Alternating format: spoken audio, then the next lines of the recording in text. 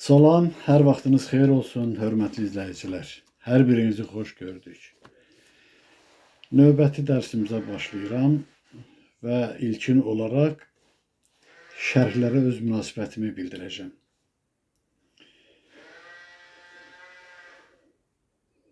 Uzaq Sahillərdə filmində Mehdi Anjelikanın şəklini çəkir. O da istəyir ki, istədiyi kimi alınsın şəkil. Mehdi də deyir ki, mən səni necə düşünürəmsə, o cürdə çəkəcəm. Mən sizi necə qəbul etmişəm, sizin haqqınızda hansı fikirdəyəmsə, o cürdə danışıram, müraciət edirəm, fikrimi bildirirəm. Artırıb azaltmağa ehtiyac yoxdur. Sizi belə duyuram, hər birinizi və duyduğum kimi də təsəvvür edirəm və təsvir edirəm. Hörmətli Şərqiyə xanım, onu deyə bilərəm ki, siz mənəvi həyat üçün lazım olanları qazanıbsınız və belə də davam edirsiniz. Sükanı belə də saxlamaq lazımdır. Çünki qarşıdan çox mühüm bir həyat tərzi gəlir. O dediyiniz film ki var, ona baxmışam. Yad planetlər barədə. Lydia Finis də mənim xoşladığım artistlərdəndir. Əsasən də Fantomas filmində onun rolu bir şirinlik gətirir filmə. Keçmişdə deyərdim ki, təxminən bir 40 il bundan əvvəl Yad planetlilər barədə bir filmə baxmışam. Adı yadımda qalmayıb. Elə orada əsasən o humanoid deyirik, bəlkə də səhv deyirəm onu. Yad planetli, bax o çıxışda, yəni YouTube-da olan şəkildə olur bir növ, ona bənzər olur. Amma o qədər təsirli kinodur. İstər-istəməz adamı düşünməyə vadar edir və onlar haqda da çox xoş təəssüratla çəkiləndir.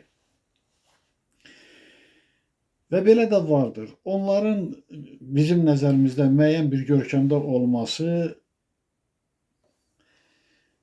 məskənləri ilə və mühitlə bağlıdır. Həyatda da elə insanlar var ki, o qədər də yaraşıqlı deyirlər, amma o dərəcədə gözəl xasiyyətləri vardır ki, başa düşənlərin nəzərində onlar çox gözəl olurlar və belə tanıdığım insanlar da vardır. Həyatda da çox işlərlə rastlaşırıq. Bayaq yadıma bir fikrim düşdü. Bunu bir-iki dəfə təkrarlamışam. Spartak filmindən və yaxud elə kitabını da oxumuşam. Bir misal gətirmişəm həmişə. Bunlar qurtulmaq istəyirlər. Azadlığa çıxmaq fikrində olurlar. Döyüşürlər. Nəhayətdə müəyyən səbəblərdən bir pərakəndəlik yaranır. Yəni orada ayrılıqlar, fikir ayrılığı olur. Ancaq kimlər ki Spartakla qalırlar, Spartak bilir hansı tərəfdən getsələr qurtula bilərlər. Amma insanlar təkid edirlər ki, biz bu yolla yox, başqa yolla getməliyik. Axırda çıxış eləyir insanların qarşısında, deyir ki, bu yol bizi uğursuzluğa aparır. Amma mən də sizinləyəm. Və elə də onlarla bərabər o yolla gedirlər, döyüşürlər və məğlub olurlar. Amma bir qəhrəman kimi də yaddaşlarda qalır. Çox qəribədir. İnstitutda bir laborant var idi. O bir gün məni saxladı, dedi ki, mən səni Spartaka bənzədirəm. İndi necə onun gözünə görünmüşdümsə, Mənə də qəribə gəldi.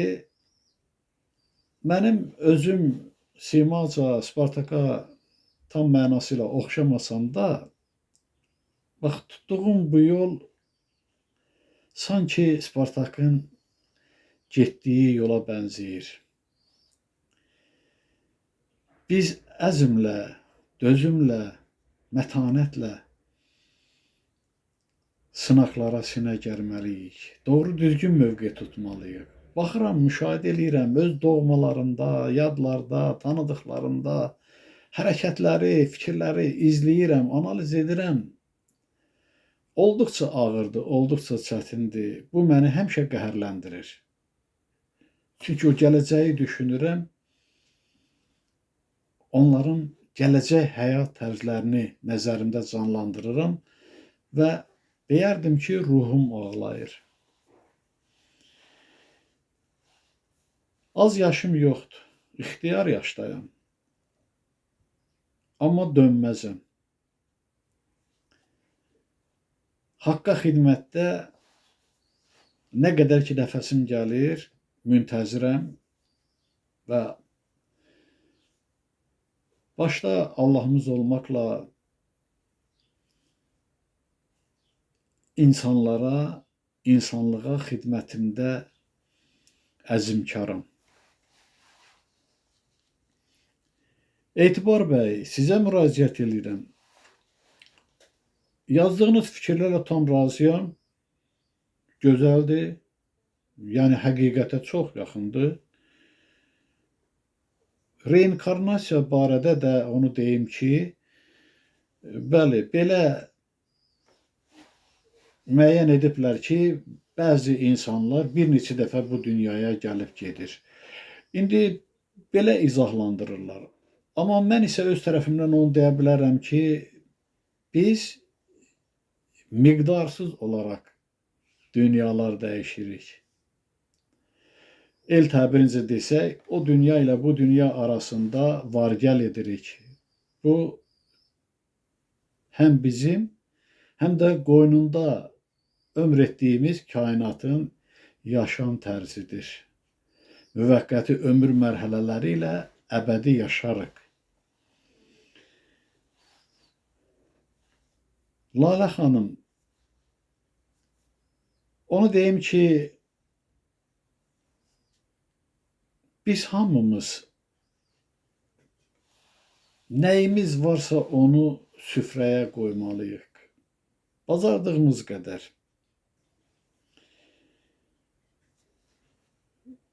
Məsləhət bildiyiniz fikirləri qeyd eləyin. Mənim üçün çox xoşdur, qəbul olunandır. Bölüşsək faydalı olar. Mən də çox sınaqlara düşmüşəm. Maddi çətinliyim də olub. Mənəvi istirab da çəkmişəm.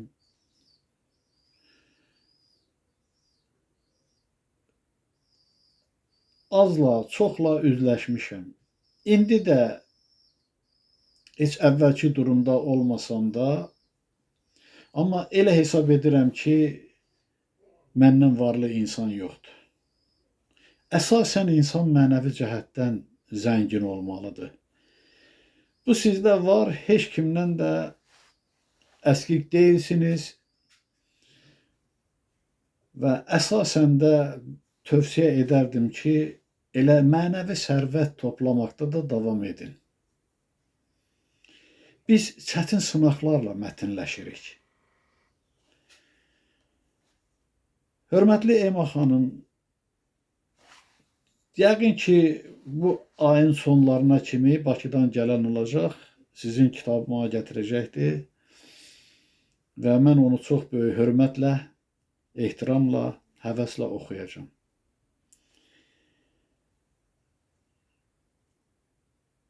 Bilmədiklərimi də oradan eşidəcəm. Yəni, oxuyub biləcəm, belə deyək. Çox sağ olun. Hər biriniz var olun. Hər birinizdən də razıyam. Çünki mən sizləri qəlbimin duyğusu ilə başa düşürəm. Varlığımda hiss edirəm bunu. Nə qədər yanılsam da, yanılmasam da belə qəbul etmişəm və inanıram ki, ehtimalımda yanılmaram. Hörmətli Ayda xanım, mən sizə bir ad vermişəm ki, ruhların anatomiyası üzrə mütəxəssissiniz. Psixoloqlar hamısı belədir. Biri var, insan cisminin anatomiyasını öyrənəsən, biləsən və yaxud da ki, hər hansı bir ixtisasda o bilik əsasında fəaliyyət göstərəsən. Sizlər də insan psixologiyasını araşdıranlarsınız. Mən özümdən bu adı verdim ki, insan ruhunun anatomik cəhətdən mütəxəssisisiniz. Siz də bildiklərinizi əsirgəməyin. Nə istəyirsiniz, şərhinizdə yazın, çox xoş qəbul edəcəm. Mənə belə gəlir ki, şərhinizi oxuyan anlaqlı insan onu çox gözəl qəbul edəcək. Bu da öz faydasını verəcək mütləq. Bəzən bu kimi söhbətlərdə kimlərisə tam mənası ilə yox, müvəqqəti olaraq unuduram, münasibət bildirmirəm, məni üzürlü hesab edin. İndi isə söhbətimizi davam etdirək. Harada qalmışdımsa, oradan da başlayıram.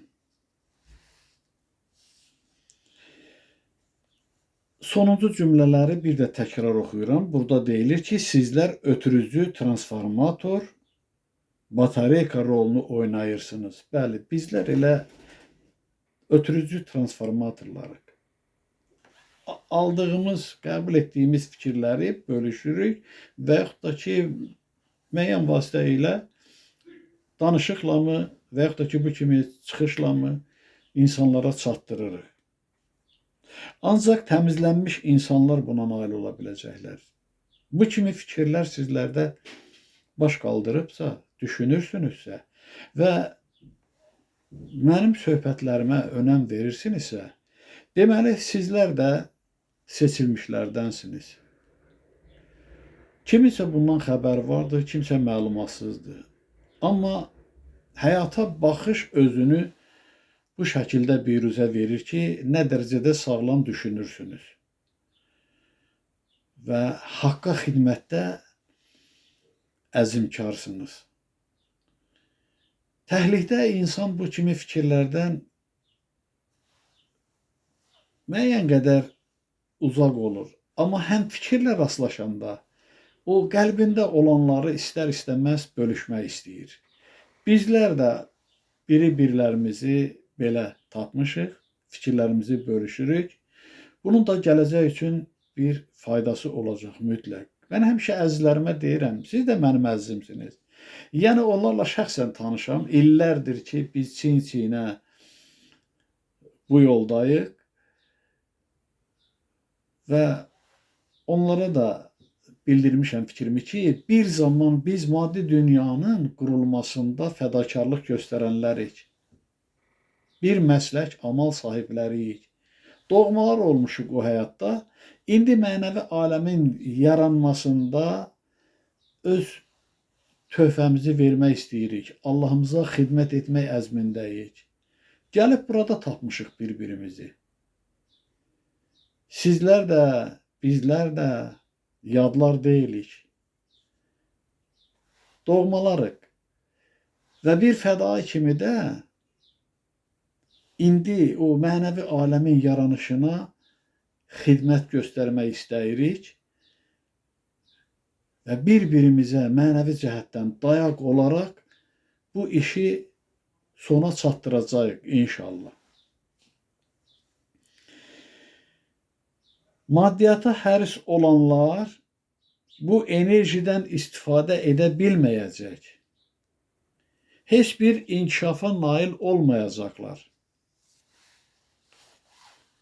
İlk növbədə acgöz adamlar hər şeydən istifadə edib pul qazanmaq istəsələr də bir şey çıxmayacaq. Çünki şuurun, qəlbin təmizlənməsi labüddür.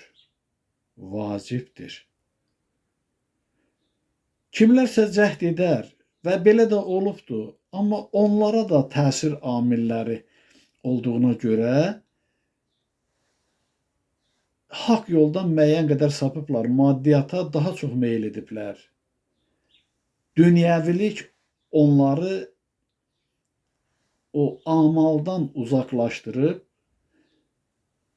məqsədə, arzuya, istəyə, niyyətə yönəldib və bununla da səhv ediblər.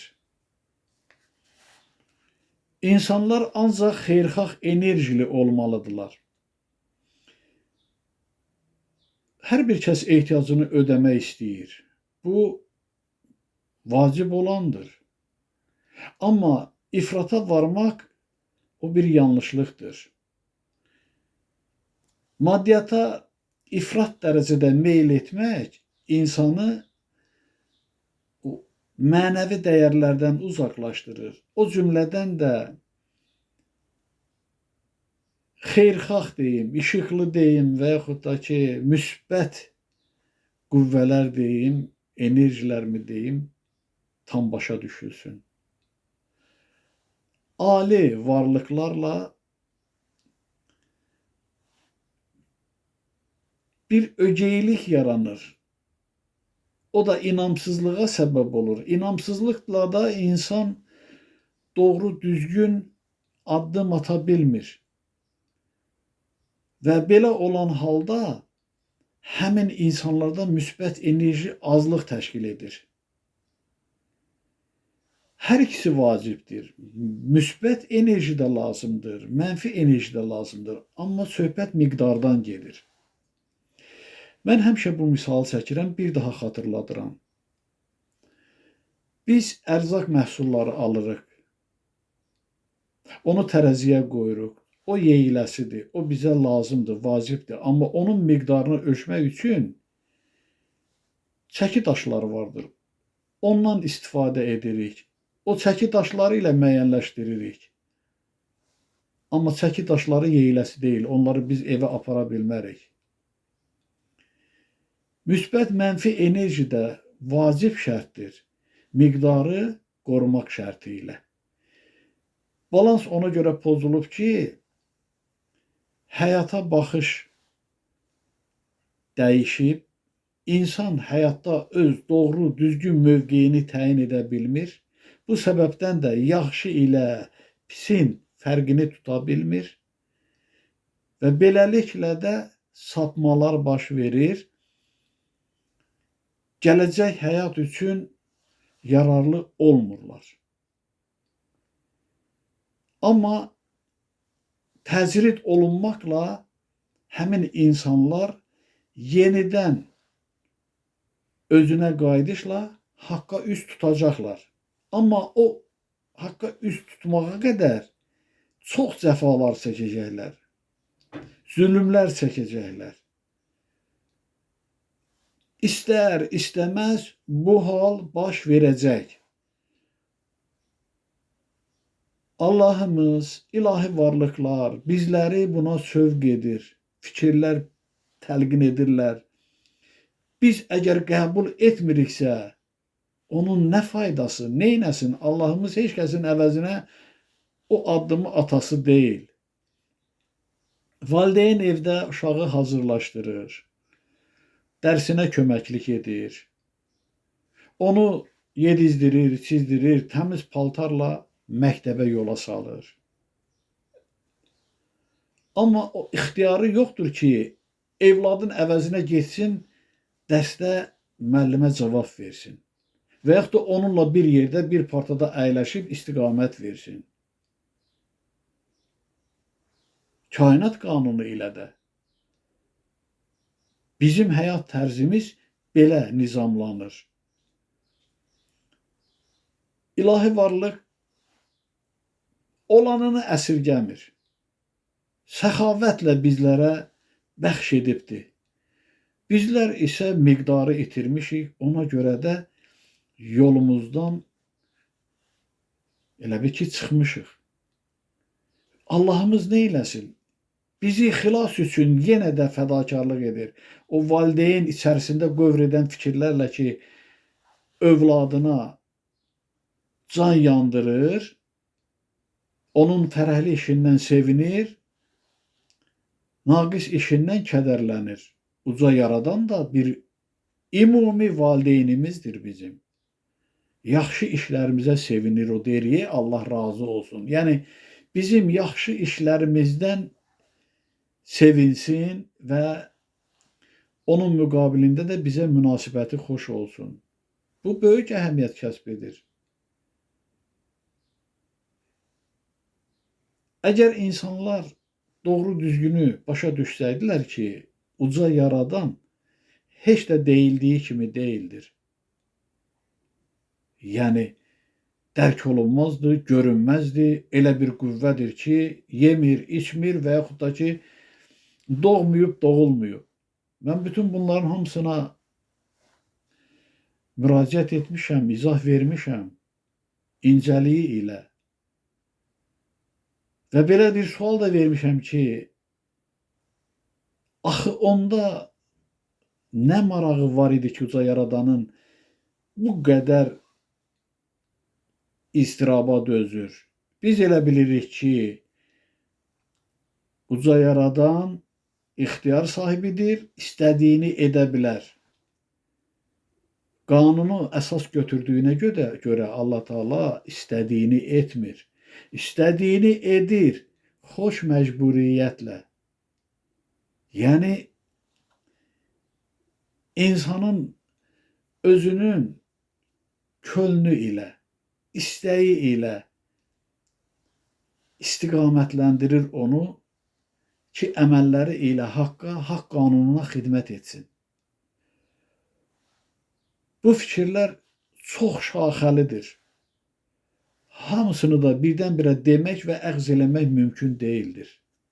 Zaman-zaman, etap-etap elə bil ki, bu fikirlər aşılanır insanlara ki, oyanışlılar başa düşsünlər və bilməyənləri də başa salsınlar. Və bundan əvvəlki söhbətimizdə mən səbəbsiz yerə, əbəs yerə demədim ki, uca yaradan özü bizim kimi bir həyat tərzi yaşayır. Ona görə uca yaradanda olan fikirlər, istəklər hamısı bizlərdə əks-səda verir. Adi həyat tərzimizdə biz bunu fərqli düşüncəmizlə belə qəbul edirik. Çox misal çəkərəm. Mətləbdən yayınmayaq. Yəni, uca yaradan alidir, böyükdür. Həyatı başa düşənlər o böyüklüyü dərk eləyir. Ancaq həyatı dərk etməyənlər o qorxu hissindən də uzaq olur. Öz istəklərinin arxasınca gedir. Və Allah da unudulur. O lazım olan fikirlərdir. Bu da insanları bədbəxtliyə sürükləyir. Davamını oxuyum. İnsanlar ancaq xeyirxah enerjili olmalıdırlar. Demək, ilahidən gələn fikirləri müsbət ruh olaraq qəbul etməlidirlər. Müsbət ruhla qəbul etdikləri qanunidir. Buna biz diqqətlə yanaşmalıyıq. Yoxsa adi həyat tərzi kimi qəbul edib istədiyimiz kimi yaşamamalıyıq. Özünü dərk edən insan həyatda nələr baş verir, onu da görməlidir. Eyni zamanda nəticəni də başa düşməlidir.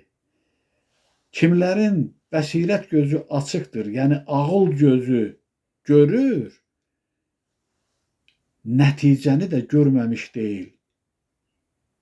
Odur ki, oyanmış insanlar hər bir həyat sınağına sinə gəlir, əzablara dözür və mənəvi cəhətdən olan nə varsa dəyərlərin hamısı daxil olmaqla onu qəbul edir və öz davranışında, danışığında əks etdirir. Həyatı xoş görmək istəyən xeyirxah olmalıdır. Qanun pozuntusuna yol verən heç də xeyirxah deyil. Xeyirxahlığın özünün də müəyyən qədər fərqi vardır. Hər hansı bir naqisə, cinayətkara bir köməklik göstərərsən, bu sənin xeyirxahlıq kimi qəbul etdiyindir, amma bu qanun pozuntusudur. Belə xeyirxahlıqdan uzaq olmaq lazımdır. Bundan uzaq olmaq üçün də həyatın incəliklərini bilmək vacib şərtdir. Bu, həm də o demək deyil ki, sən kiməsə nəsə edəsən. Mən dediyim söhbətdir. Sən naqisə, cinayətkara və yaxud da ki, pis əməl sahibinə bir dost olaraq, bir yoldaş olaraq, iştirakçı olaraq xeyirxahlıq edirsənsə, o ali qanunla qəbul edilən deyil. Qanuna uyğun olanları qəbul edib həyata keçirmək lazımdır. Xeyirxahlıq ilk növbədə özünü qəlbən, şuurən təmizləmək olmalıdır. Xeyirxahlıq, görürsünüzmü? Yad planetli deyir bunu, mən demirəm. Onun dediyini oxuyuram. İlk növbədə özünü qəlbən, şuurən təmizləmək olmalıdır. Şuuru, qəlbi təmiz olan insanlardan zaval gəlməz. Bu xeyirxah enerjini siz başqalarına virus yayılan kimi oksigen yaymaqla başqalarını da yoluxdura, yəni təsirləndirə bilərsiniz. Mən deyəsən bunu oxumuşam, axı mən işarət etmişdim. Yoxsa mənə elə gəldi. Burada qeyd etmişəm, oradan da oxudum. Hə, bax, görürsünüzmü? Bu işarəyə baxdım ki, burada cümlə bitibdir. Buna fikir verməmişəm, təkrar oxudum. Eyb etməz. İndi həmən yerdən başlayıram oxumağa. Demək, hamıya kömək durmaq məqsədi ilə demək istəyirəm ki, bunu pilot deyir də, yerdə olan müxtəlif negativ informasiyalardan əndişələnib haya-küyə düşməsinlər. Mən də bunun izahını verdim ki, əgər insan həyəcanlanarsa, qorxarsa, o dəhşətləri görür, vəcdə gələrsə, demək həyata güclü mənfi enerji ilə təsir olunar. Bu da həyat ahəngini pozar. Həyat axarını məcrasından çıxarda bilər. Bütün bunların hamısını biz özümüzü tanımasaq da ali varlıqlar, Allahımız bilir və mərhələ-mərhələ bizi mətləb üstə gətirirlər. İndi həmən dayandığım yerdən davamını oxuyuram. Çünki bu informasiyaya diqqət kəsildikdə siz enerjinizi oraya sərf edirsiniz. Çalışın, bu hərbi əməliyyatların, kataklizmlərin dərinliyinə baş vurmayasınız. Dediyim plan əsasında birləşməyə çalışın. Birdən-birə çox məlumat verə bilmirəm. Necə ki, mən sizə deyirəm, hamısını birdən-birə deyə bilmirəm. Və yaxud da ki, maraqlanın, izləyin hadisələri, amma onun təsirinə düşməyin. O da deyir ki, yəni insanlıqla birləşin, birlik yaradın, xeyirxah işlərin icraçısı olun. Siyasi proseslərə qatılmayın. Mən bunu tövsiyə etmişəm əzizlərimə, sizlərə də tövsiyə edirəm. Siz də əzizlərimsiniz, hər dəfə bunu da belə deyirəm. Bizim öz işimiz vardır. O işə xidmət etməliyik. Bizim işimiz bəşəridir. Bəşərin hər bir nümayəndəsinə sanki xeyirxahlıq edirik. Siz insanı transa salaraq, onda olan ruhları bir yerə toplamaqla öz əvvəlki mütləq vəziyyətinə gətirmək istəyiniz düzgün olsa da, indi onu yeni yönümə, güneş enerjisinə yönəltməlisiniz. Deyəsən bu xanımlara aiddir. Deyir ki, siz insanı transa salaraq, yəni ruhi hala elə bil salaraq da ki, ilahi varlıqlarla və yaxud da ruhlarla təmas yaradanlar vardır ki, o medium deyilir. Onlardan yanlış informasiya da ala bilərsiniz. Və buna o qədər də önəm verməyin. Nə qədər, yəni ki, bu düzgün olsa da, indi onu yeni yönümə güneş enerjisinə yönəltməlisiniz. Yəni, insanları xeyirxahlığa sövq etməlisiniz. Hansı ki, aldığınız fikri o dediyim qanunlarla uzlaşdırın, ona uyğun gəlirsə, o fikirlər əsasında da məlumat verin, söhbət edin, insanlara başa salın, gələcək həyatdan xəbər verin və əsasən də qoy onlar günəşə deyəndə, yəni müsbət fikirlərə önəm versinlər. Verdiyiniz suala cavab olaraq demək istərəm ki, Riga şəhəri üzərində ənginliklərdə görünən və mavi işıq verən xas şəkilli bizim obyektlərdir. İndi yer planetində çoxlu klimatik, fiziki, kimyəvi reaksiyalar sınaqdan keçirilir. Bizim təbii hadisə kimi qəbul etdiyimiz çox şeylər var ki, o ali varlıqlar tərəfindən həyata keçirilir.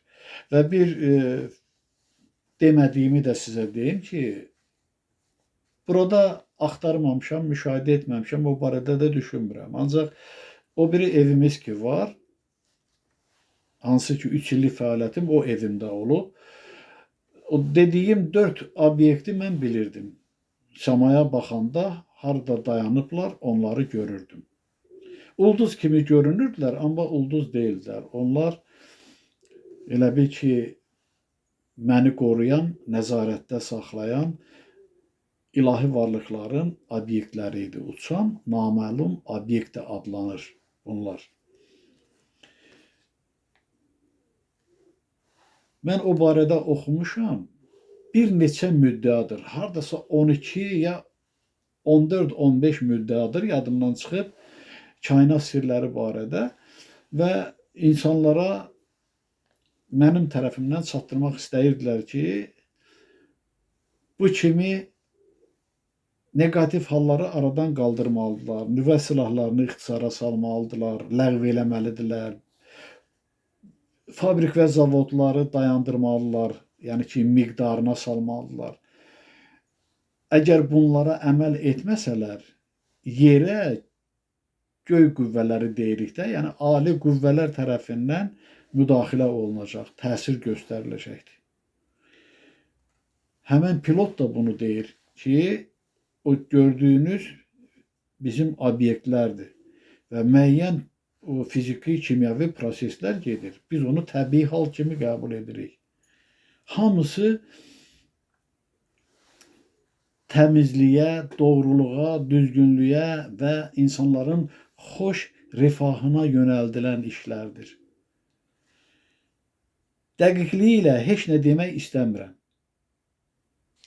Amma yer ətrafında çox sayda uçan aparatlar var ki, onlar sizlərə baxır, izləyirlər.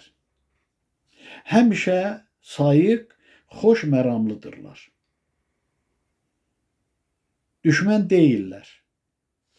Onlar burada olmasaydılar, planetə, insanlığa xətər yetirə biləcək teraktların, əməliyyatların qarşısını almasaydılar, sizləri lap çoxdan məhv etmişdilər. Xoşməramlılar bizi həmişə qoruyublar. Ancaq buna baxmayaraq, bədməramlılar da öz çirkin işlərindən qalmırlar. Vaxtı ilə ali bir varlıq olublar, ilahi qüvvə olublar, deyək mələk olublar. Ancaq yanlış işləri ilə təsirlərə məruz qalıblar və eyni zamanda haqq yolundan sapıblar.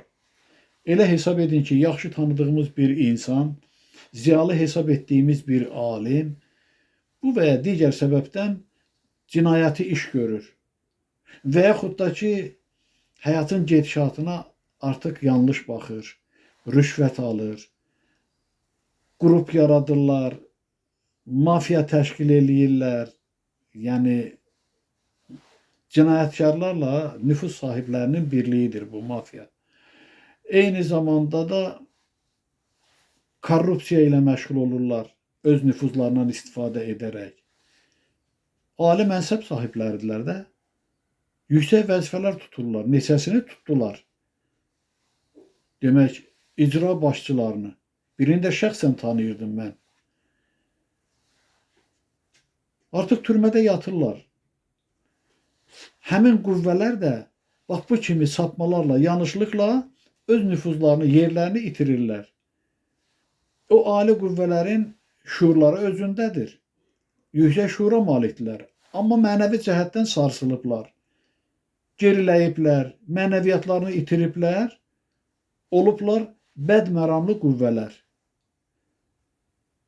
Və kainatın sıxılma prosesi ilə də məkan dəyişə-dəyişə, ölüb dirilməklə gəlib yerdə qərar tuturlar. Çünki bütün kainat mərkəzə doğru sıxılacaqdır. İndi burada da o görünən nüfuz sahiblərinə çevriliblər. Biz də onları insan kimi qəbul edirik və insan kimi, yəni insan kimi deyəndə elə bəşər övladı kimi vardılar. Hamımız müsbət mənfi enerji alırıq. Buna deyək, xoş məramlı və bədməramlı fikirlər alırıq. Qüvvələr bizə daxil olur ruhi olaraq. Onlara da həmçinin. Onlar kökləniblər o istiqamətə, təmas yaratdıqları da şər qüvvələrdir. Özləri də yoluxublar artıq. Şərləşiblər, həyata baxışları dəyişib. Bütün qan-qadalar, bu narahatlıqlar onların yanlış fikirləri ilə əmələ gəlir. Yerin bu energetik planda yükü boşalır deyə bizləri çox sayda və çox yerdə görə bilərsiniz. Onlar göy qübbəsinin bir tərəfindən çıxıb gəlirlər. Göy qübbəsi vardır. Mənim anam qeyri-adi yuxular görürdü. Hansı ki, məni dünyaya gətirən anamı deyirəm. Çünki məni ikinci anam, xalam uşaq vaxtından, körpəlikdən götürüb saxlayıb. Mən onun yanında böyümüşəm. Məni dünyaya bəxş eləyən anamı deyirəm. O dedi, göylərə qalxdım. Sanki meyraz edirmiş. Deyir, səs verə-verə, şaq-şaq səs verə-verə deyir, göy qübbəsi açıldı. Məni qəbul etdilər, keçdim. Amma atam keçməyib. Hamının atası valideyni özünə əzizdir. Amma mənim atam da yaxşı insanlardan olub. Amma deyir, onu qəbul etmədilər. Yadımda qalanı budur. Bir neçə ilahi yuxular görübdü və söyləyirdi. Onda başa düşdüm ki, bəli, göy qübbəsi vardır. Biz adi bir səma kimi görürük. Burada da deyir ki, onlar göy qübbəsinin bir tərəfindən çıxıb gəlirlər. Həqiqətən qübbə var. Pilot deyir bunu. Heç kim heç hara uçmayıb. Bu nağıllara inanmayın. Yəni kosmonavtları nəzərdə tutur. Çünki başqa planetə uçmaq üçün həm insanların, həm gəmilərin müəyyən maqnitli, fizioloji, kimyəvi xüsusiyyəti, bacarıq və vərdişləri olmalıdır. Əgər adi adam ya Marsa, ya Aya uçsa, orada o bir saniyə də dura bilməz. Çünki orada başqa temperatur, kimyəvi sahəsi və tezliyi var. Heç kəs bu qübbədən kənara çıxmayıb. İnsanlar hər şeyi olduğu kimi qəbul edə bilmirlər. Siz bilməlisiniz ki, bu oyunda aparıcı rol oynayırsınız. Amma sizi bundan kənarlaşdırıblar. Niyə kənarlaşdırıblar? Ona görə ki, yanlışlığa yol veririk. İnamsızlıq edirik. Xeyirxah fikirlərdən çox bəd fikirləri qəbul edirik. Öz mənfəətimiz üçün. Və sizlərə demişəm, bəşər övladının hər biri özü bilmir bunu.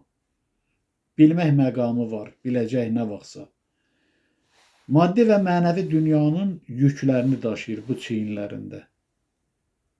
O tərəzini ki, misal gətirmişdim. O bazar tərəziləri ki var, ördək uclu. Elə bil ki, ortada 1 mil vardır.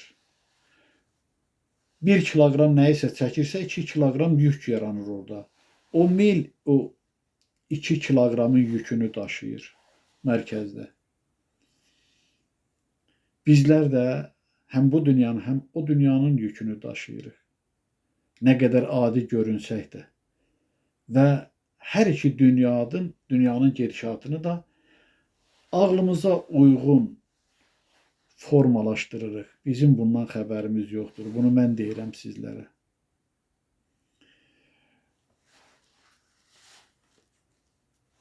Mən hər şeyi deyə bilmədiyim kimi, pilot da hər şeyi demək istəmir, deyə bilər. Nə o başa düşülməz, nə də ixtiyarı yoxdur. Heç kəs bu qübbədən kənara çıxmayıb. İnsanlar hər şeyi olduğu kimi qəbul edə bilmirlər. Siz bilməlisiniz ki, bu oyunda aparıcı rol oynayırsınız, amma sizi bundan kənarlaşdırıblar. Siz ayılıb normal həddinizə çatmalısınız. İtirilmiş insanlıq bərpa olunmalıdır. İnsanlıq deyəndə əxlaqi keyfiyyətləri, mənəvi dəyərləri nəzərdə tutun. Zaman itirir yaxı bunları. Özünüz də şahidisiniz. Bu baxımdan deyir ki, siz ayılıb, yəni qəflət yuxusundan oyanıb, normal həddinizə çatmalısınız. Bizdən gözlənilən budur.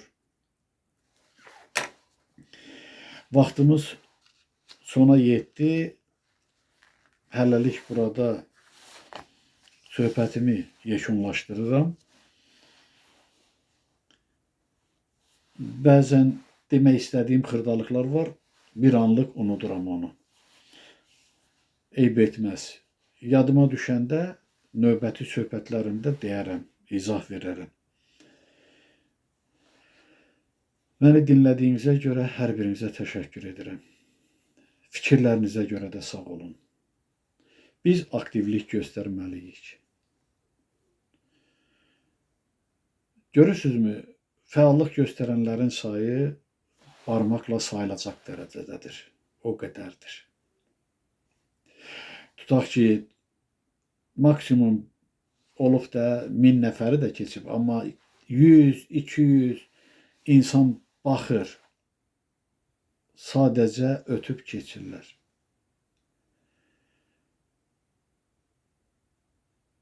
Anlaya bilmirlər ki, çox tali yüklü bir zamanı yaşayırıq. Spartak kimi mən də sizinlə bərabərəm.